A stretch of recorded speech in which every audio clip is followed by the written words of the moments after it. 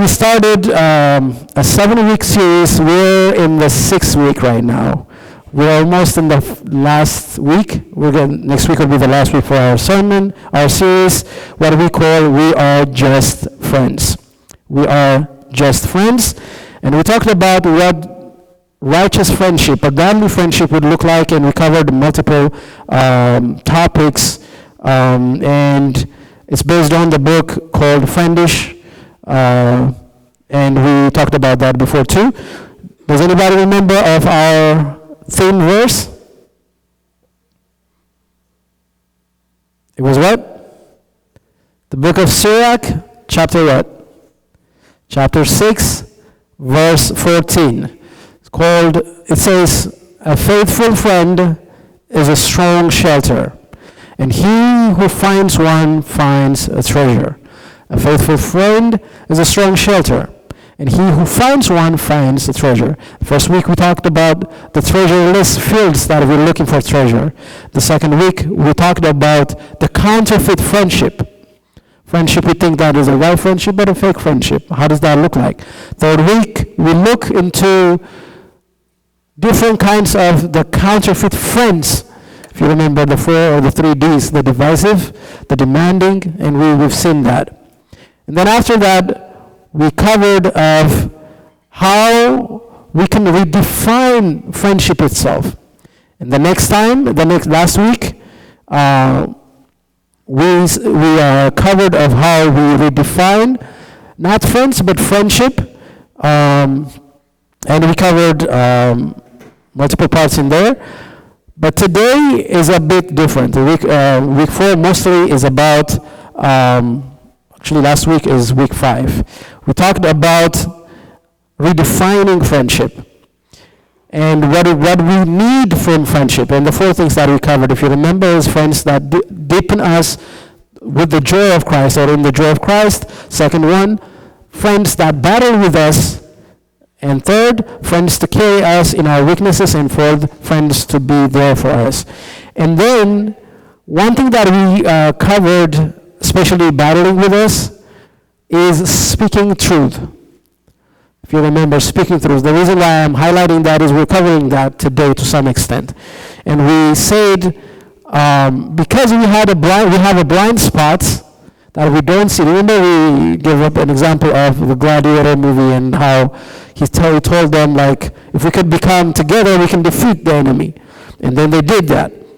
And speaking the truth is having someone, a companion to fight with us, but at the same time, who could see of our wicked places, who's not covered, and said, oh, you have to cover this place, otherwise you're going to get hurt, right? And we said that's speaking the truth. And we said speaking truthfully with a tender compassion. We saw that last time. Now, today what we're going to see is friends who speaks the truth. Because people take this sometimes for their own advantage to hurt people, or for their own advantage to get out of, situations, right? So people may say like, oh, I'm a truthful person, that's why I'm saying this to you, but people got hurt. So speaking truth amongst friends has to have like a very well-designed way to address it. Otherwise, instead of helping their friend to get into closer to Christ with the joy of Christ, to help them to overcome struggles or anything, it actually strays them away from you and from God too. So you need to be able to know how to approach this. And in this play, in the book, it says that the lady Kelly Needham, which is the writer of the book, mentioning her experience that when one of her friends called her and sat down and then told her something that that person was hurt by her. And she's mentioning that how it's not easy to accept that kind of confrontation, right? In all of us, it's not easy. We become defensive, we become offended, and it's not easy. We think that friendship is just like fun. Only the fun part. Only that, just the comfort, the blanket, the safe thing. That's what we think of friendship. And because of that, some people may think all of the things that we learned the past 6 weeks, people would think, if this is friendship, it's hard. Who is fitting to be in this kind of friendship? Who is a fitting person to fulfill all these criteria to be friends?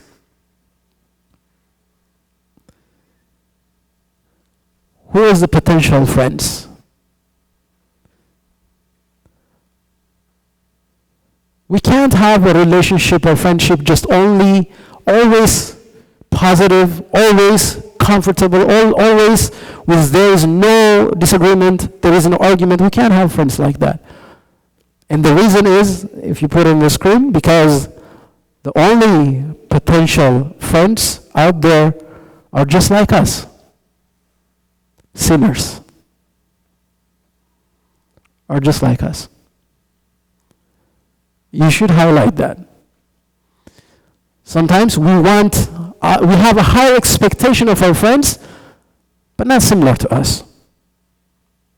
We may say it, we may state it, I'm trustworthy to a friend, but we talked about that a person cannot be 100% trustworthy, 100% like someone that you can rely on. We talked about the first week, right?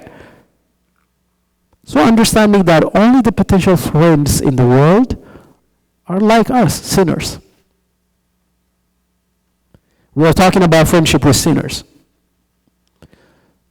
Therefore, there has to be some room, grace, that we need to have in creating a friendship. So there may be disagreements, arguments, some things that you hurt someone or that someone hurts you, right? And Proverbs 27:6 says, faithful are the wounds of the friend. And we saw this, I remember last week too. Faithful are the wounds of a friend. Yes, there may be sometimes wounds, but they are faithful if it is a just friend. And she talks about a person, and I relate to that because I know someone closer to me, or even sometimes myself, is if you are a verbal processor, you know what it means? And I love that, and it's verbal processor. You know what it means? A person who says whatever that comes to their mind. They're processing the things that comes in their mind was verbally, by saying it out loud.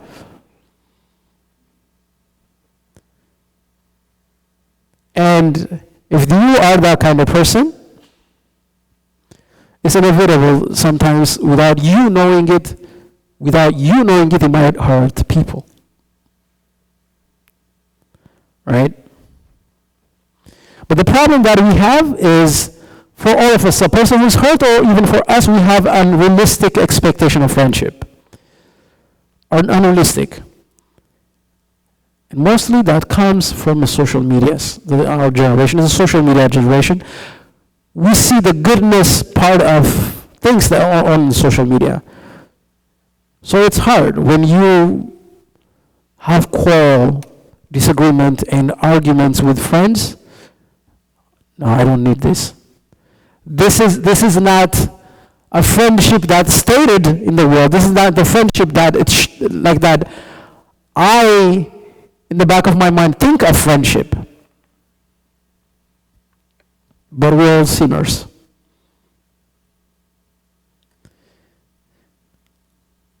So, having said that, the just friends we talked about, to be that just friend is expect friendship.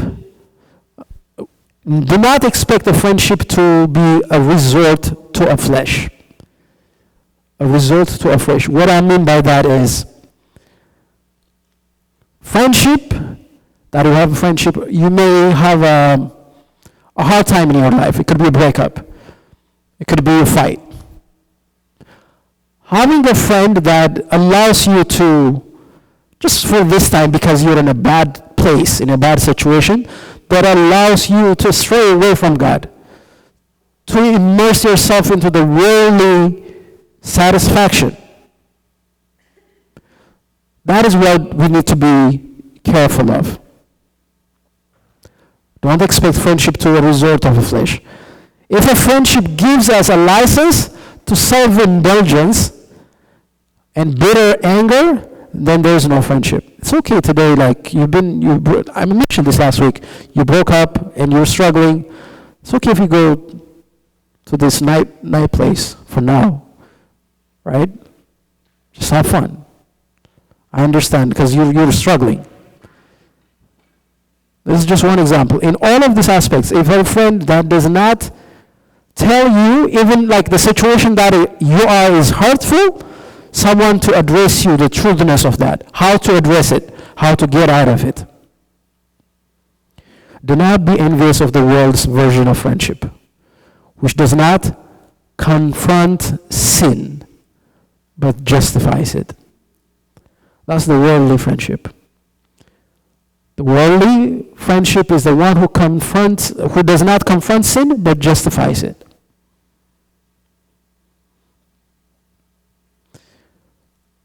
Regularly making excuse for sin and avoiding moments of rebuke is a sign that the intimacy of friendship is much greater than the intimacy that you have with God.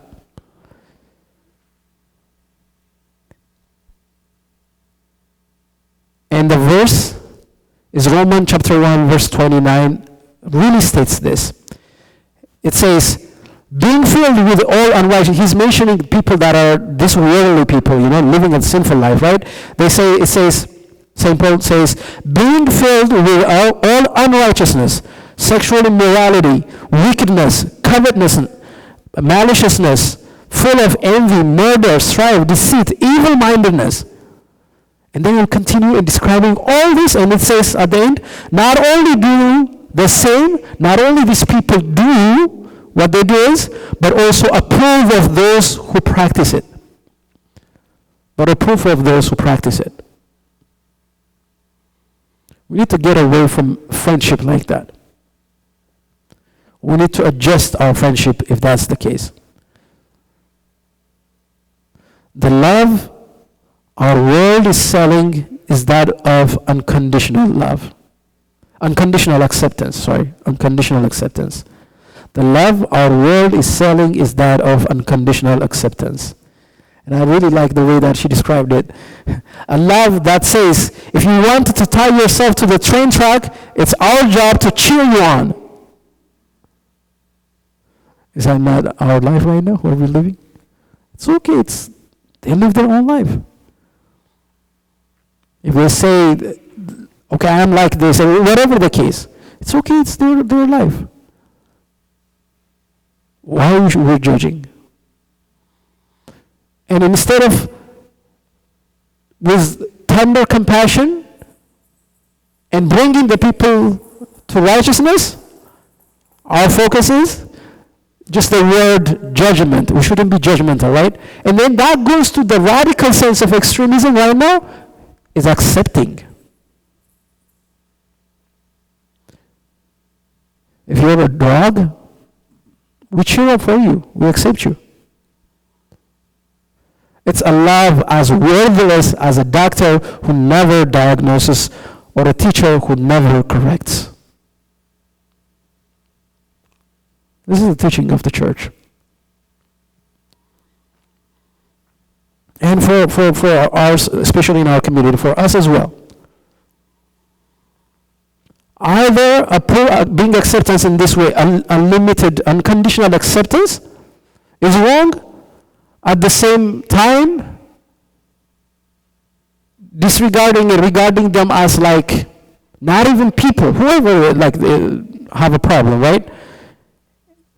Is wrong. Those two extremes are wrong. But the righteous, the just friendship is a right way of reproaching, telling this is not right, with a tender and compassionate heart. Just friends are the ones who are willing to be honest.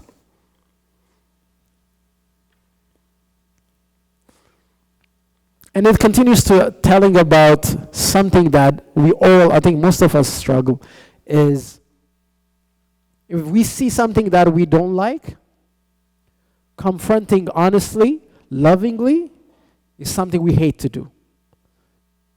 There is this thing in, I think in a biology class a long time ago that we learned a flight or fight response, right? There's something like that, a flight or fight response. I believe from a lot of people that I talked, most of us love flight. Most of us.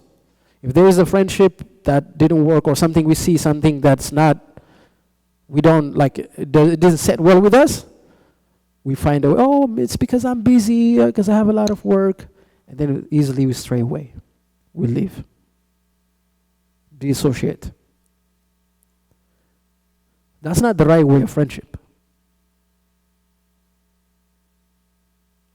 The right way of friendship is not even flight, it's not even fight. That's why Christianity, especially Orthodox Christianity, is a balance. Everything is a balance. Work and faith, balance. Everything that we do, mercy and justice, balance. The same thing here. We don't just stray away and then leave them to be. We confront them without fighting, but with a compassionate heart. But the world teaches us is like either you just flee, don't associate yourself. That's the right way. That's actually not in the world. What we learn subconsciously, it's an automatic behavior for most of us. At least I attest for myself. That's if there is any disagreement or something that I don't like to see, I'll find a way to get away. But the problem is, whenever next time with that friend, if like, oh, why did you disappear, or why are we not hanging out? Instead of confronting, what do? I tell a lot of lies. Now, first thing, I ruined that friendship. Second, I started committing other sin, which is lying.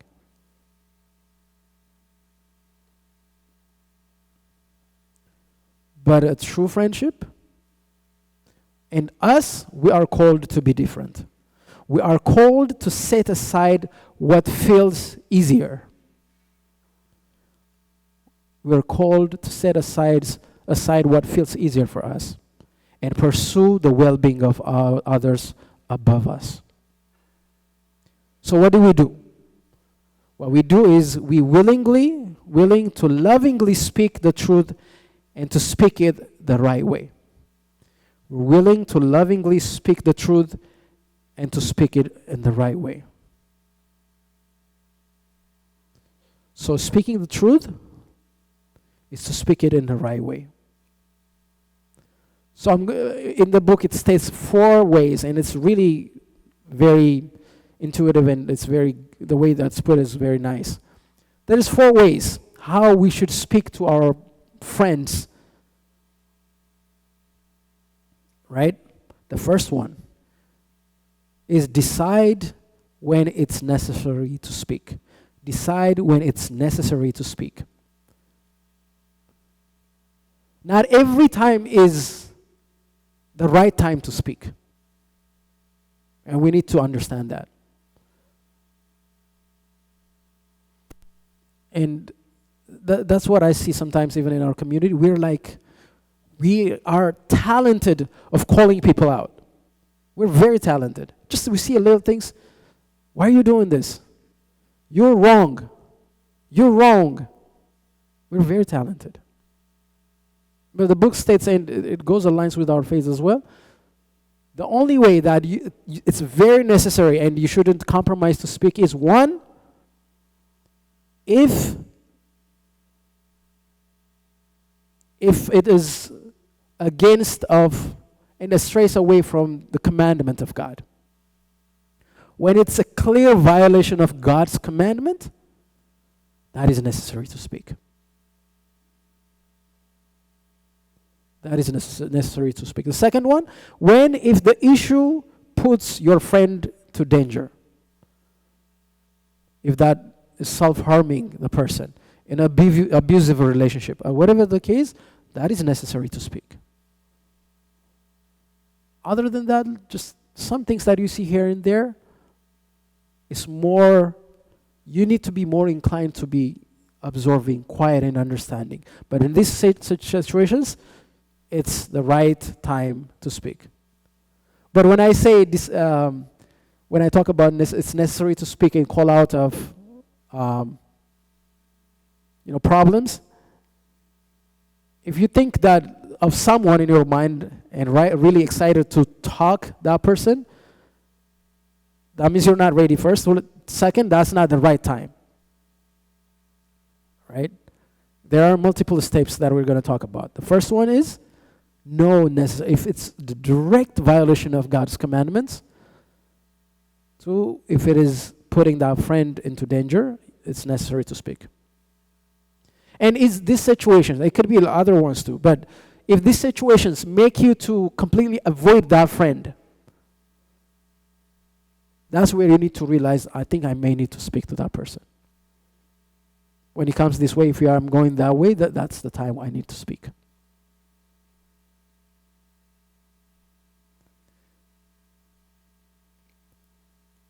The second part, what I love what she mentions is, this is the first part, right? Decide when it's necessary to speak. Second is, until that happens, this is very important. Until that happens, that you talk to the person, restrain to talk about that situation to other people. Restrain. It's the hardest for us. There is this TV show, I forgot the name of the TV show, that long time that I saw. It's a comedy TV show. It's kind of similar to The Friends, but a little bit before. And there is this, it's an office, right? So one of the friends did something bad with somebody, and the other friend saw that. But he had to keep quiet. He couldn't be able to keep quiet that he has like rashes in his face, like because he didn't talk. And that really stuck in my heart, because it's mostly I feel like I see in our life, right? Sometimes some of us, like we feel sick if we don't talk about somebody's flaws. And we kind of justify it. We kind of spiritualize it, right? Restrain to speak about that person's flaws until you talk to the person himself. That's the right way of approaching friendship. Second, before you speak, before you address that, put the log out of your own eyes. Put the log out of your own eyes. You remember in the Gospel of Matthew when Christ talked about this? You try to take out the little thing the other person's in their eye. You have a log in your eye. Most of us are like that. We're immersed ourselves in the gravest sin, but we're so quick to call out other people. Put a log out from your eyes first. But that doesn't mean until because I can't, I'm struggling, or I'm not pure, or whatever the case, so I shouldn't talk. That's not what it's saying. It's saying that when you address the friend and confront and communicate and talk, always remember that you are also a sinner. Right? So much so that maybe, and for the most part I believe, maybe you are also struggling in the same sin that that person is struggling, or the flaws that have the same thing, or whatever you're addressing, want to address the same thing, you're struggling. But it's not manifested yet. Right? Some people I want to address that the person is very much lying. You may have that problem as well. It might not be very prevalent and seen, right? Or even you're not struggling in the same sin, but you may struggle another one, right? If you do that, James chapter 2 verse 10 is a very good verse for you. For whoever shall keep the whole commandment or law and yet stumble in one, he is guilty of all. So when you address that confrontation or to deal, speaking the truth or, calling your friend out in mistakes, always remember, you also have a flaw. So even if you're good in other areas, because you fall in other parts, you're guilty in all. So how do we do this? The way you approach it is, before you approach to the person to talk to the person, take time for a prayer. Take time for a prayer. And ask God to expose any sin in your own heart, especially those that are similar in nature. Before addressing it, take time for yourself in prayer. God, reveal to me if I am struggling the same thing that I don't know of.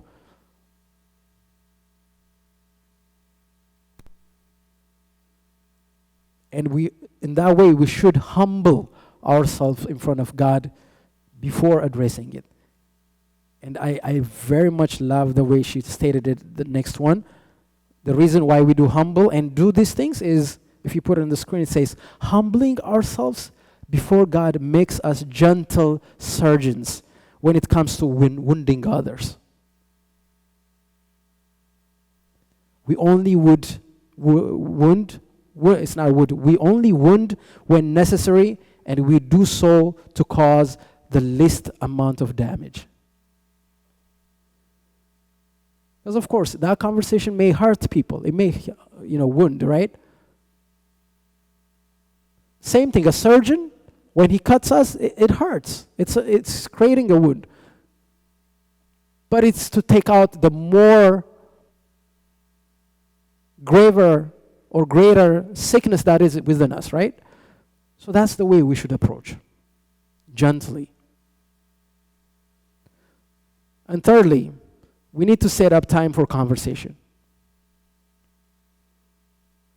If you have a problem with a friend, and if you're sending like 2 pages of text on your phone, that's not a good way of approaching a friend.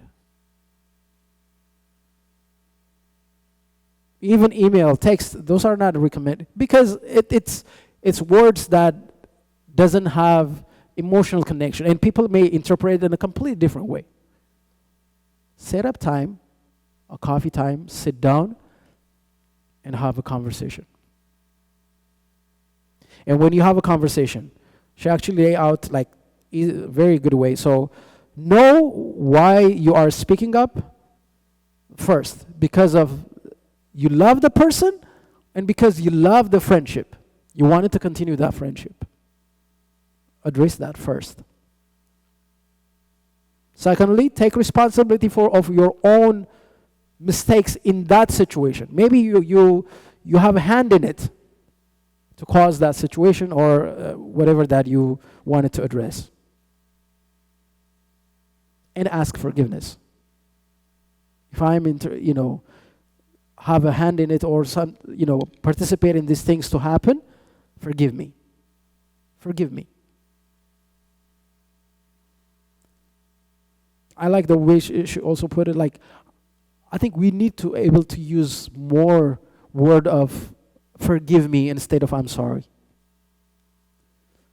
Because I'm sorry is like overly used, we're like numb. It's just forgive me.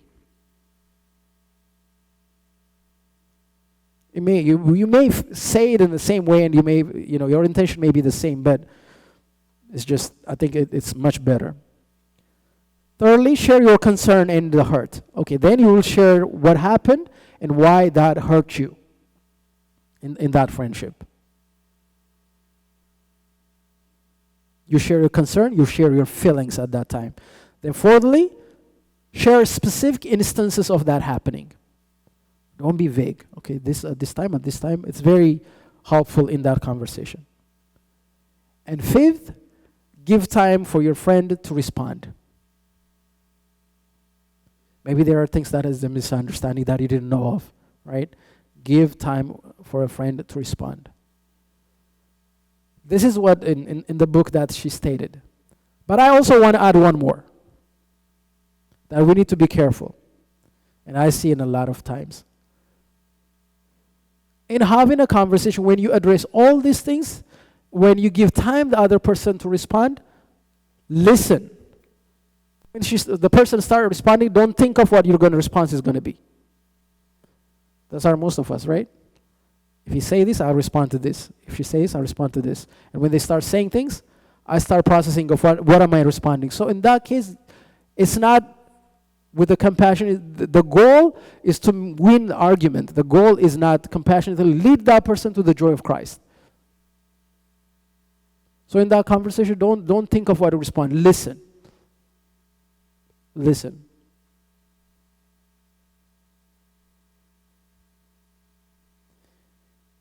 That's the way we address of speaking the truth.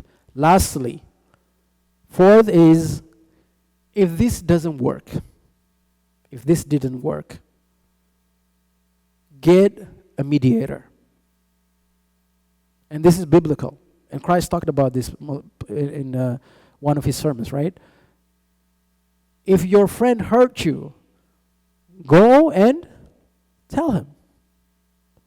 If he's not listening, bring one or two other people and address it. And in some cases, if that even didn't help, what did it say in the Bible? Just give that to God after that. But it's mentioning this time, if it's that you personally talking, that person didn't work, find a mediator. More importantly, a mediator that knows both of you, or a mediator like church counselor, whatever the case, is more helpful. So in that way, that is the way we address of harsh, difficult topics or communications with a friend. Not running away. Most of us would love, even though we love that, that means we don't truly cherish that friendship. And as we discussed, if you stray away from that friendship and go to the other friendship, what did we say? All the opportunities that there is what? All of us are sinners. So you may find another person, but you may be hurt in a different way too. So addressing it in a loving way, speaking the truth, and speaking the right way would help the friend to get closer to God and for you to be a just friend. This is what we're covering today. The way that we speak matters. Next week, we cover the last part of our discussion. We see some examples from the Bible. We see some examples of just friends. And we see some examples of unjust friends. We see friends that are eternally bound together. And we see friends that actually bring a demise to not a person, but even the Israel. We'll cover these things, and we conclude our series about friendship. I hope this helps you to really navigate of the friendship aspect of our life. And if you guys have any questions, you can address to me later on after we close the prayer. And may God help us to truly navigate friendship, because we need it. It's a gift from God that helps us to live the godly life, to get closer to God. Glory be to God.